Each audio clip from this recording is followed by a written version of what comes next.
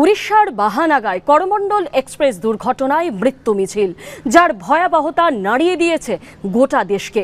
যান্ত্রিক ত্রুটি নাকি কারোর গাফিলতি? কী কারণে 295 জনের মৃত্যু হলো, এই প্রশ্ন কিন্তু ইতিমধ্যেই উঠতে শুরু করেছে। এবিপি আনন্দর বিশেষ প্রতিবেদন। ভয়ঙ্কর, বিভৎস, মারাত্মক। করমণ্ডল এক্সপ্রেস নাকি কফিন এক্সপ্রেস?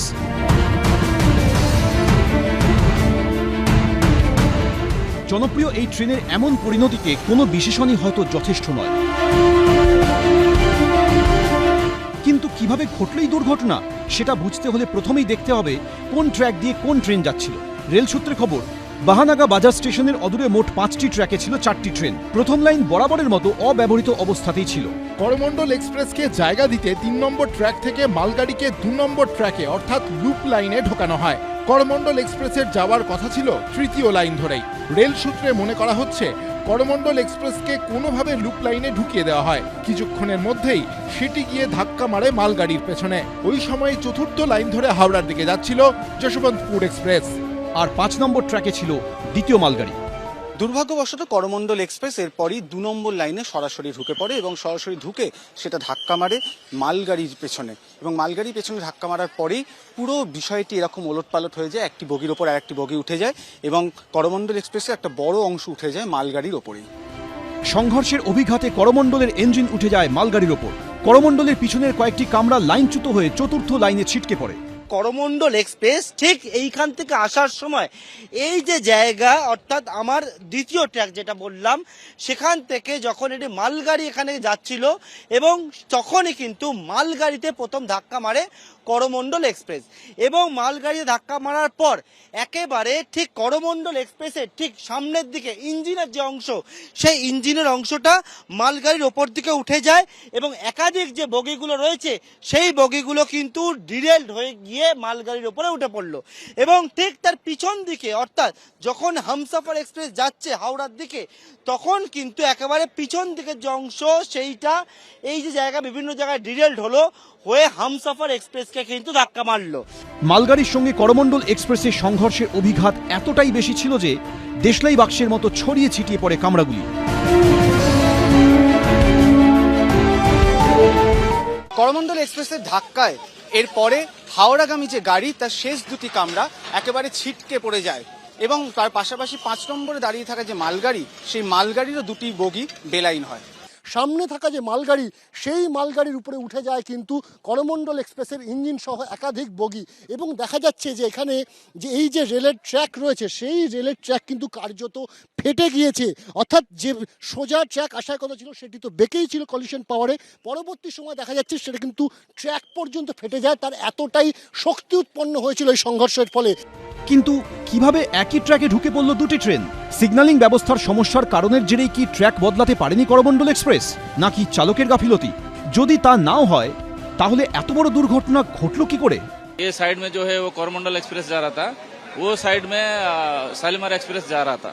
वो दोनों एक हावड़ा से आ रहा था, एक हावड़ा को जा रहा था। तो जो रेल का फाटक है वो दोनों उसी टाइम में बोथ को क्रॉस किया।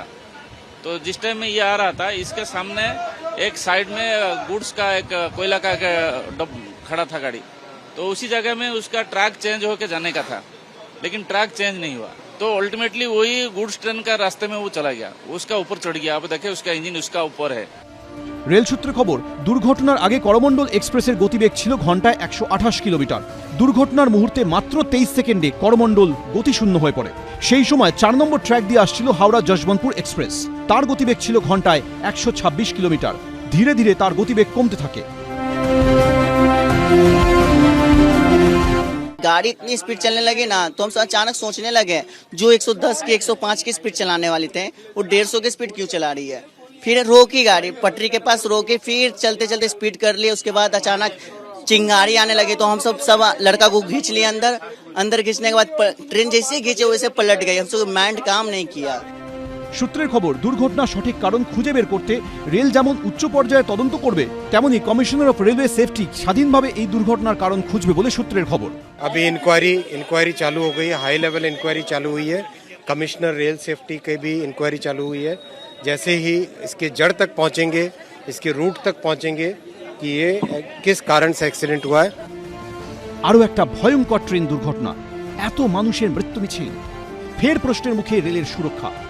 প্রতিবার দুর্ঘটনার পরে তদন্ত হয়, রিপোর্ট জমা পড়ে, কিন্তু ট্রেন দুর্ঘটনা এড়ানো যাচ্ছে না কেন, সেটাই সবচেয়ে বড় প্রশ্ন। অরিত্রিক ভট্টাচার্য, পার্থপ্রতিম ঘোষ ও ব্রতদীপ ভট্টাচার্য, এবিপি আনন্দ।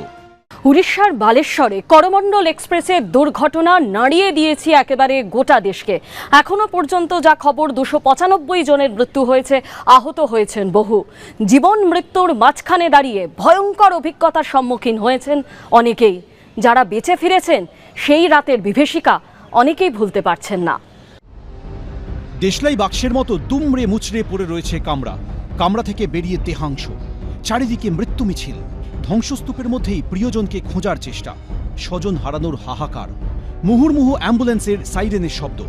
ওড়িশার বালেশ্বরে বিভৎস ট্রেন দুর্ঘটনা কাঁপিয়ে দিয়েছে গোটা দেশকে।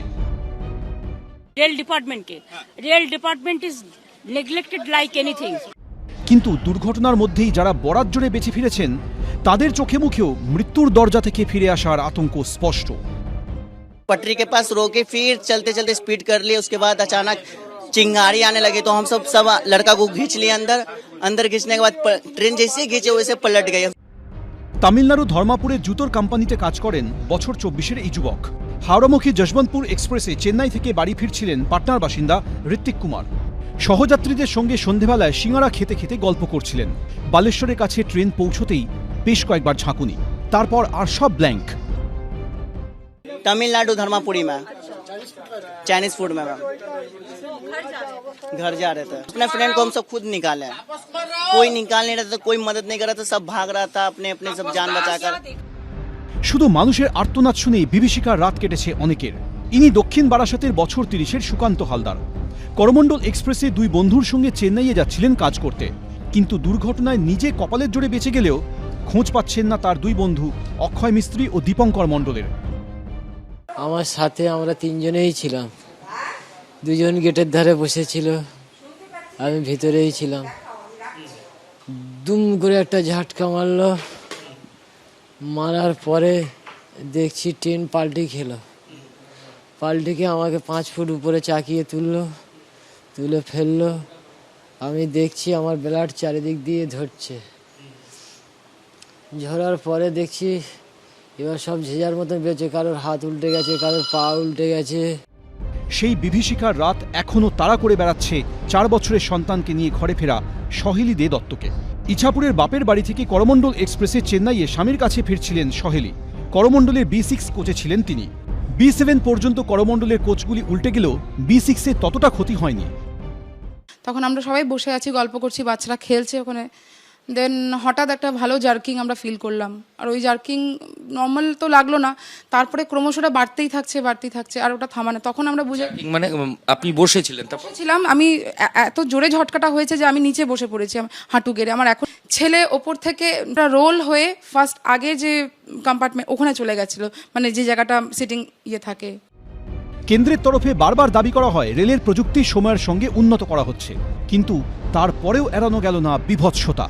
এতগুলি মানুষের মৃত্যুর দায় তবে কার? অনির্বাণ বিশ্বাস, হিন্দোল দে ও ময়ূখ ঠাকুর চক্রবর্তী, এবিপি আনন্দ। আপনারা জানেন যে বালেশ্বরের এই এত বড় ট্রেন দুর্ঘটনা, করমণ্ডল এক্সপ্রেস যে দুর্ঘটনায় 295 জন যাত্রীর মৃত্যু হয়েছে, আহত হয়েছেন বহু। এবং এই ঘটনার পরেই আমরা দেখেছি ঘটনাস্থলে প্রধানমন্ত্রী, মুখ্যমন্ত্রী, রেলমন্ত্রী তারা প্রত্যেকেই গেছেন। কিন্তু ইতিমধ্যে একাধিক প্রশ্ন কিন্তু উঠতে শুরু করেছে। একদিকে যেমন এই প্রশ্ন উঠতে শুরু করেছে যে এত বড় দুর্ঘটনার দায় কার, অন্যদিকে এই প্রশ্ন উঠছে জনগণের করের টাকায় যে নিরাপত্তা বা সুরক্ষার প্রতিশ্রুতি দেওয়া হয় তার কি হলো।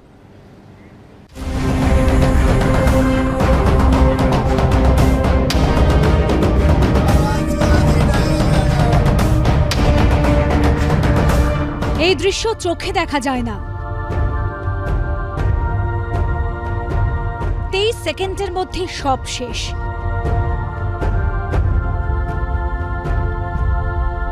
ছিন্ন ভিন্ন দেহ, শেষ অসংখ্য পরিবার। দেশলাইয়ের বাক্সর মতন চুরমার হয়ে গিয়েছে রেলের কামরা। আর সেই চুরমার হয়ে যাওয়া কামরার মধ্যে কতগুলি দেহ আটকে তা কিন্তু বলা সম্ভব নয়। যেইখানে খোঁজ চালানো হচ্ছে সেখান থেকে কিন্তু এভাবে ছিন্ন বিচ্ছিন্ন দেহ উদ্ধার হচ্ছে, দেহাংশ উদ্ধার হচ্ছে। আর কত দেহ এখান থেকে উদ্ধার হবে সেই নিয়ে কিন্তু প্রশ্ন রয়েছে। কয়েকশো দেহ ইতিমধ্যেই উদ্ধার করা হয়েছে, কিন্তু এখনো মৃত্যু মিছিল যেন থামছে না। দুর্ঘটনার পর একে একে প্রধানমন্ত্রী ঘটনাস্থলে গেলেন।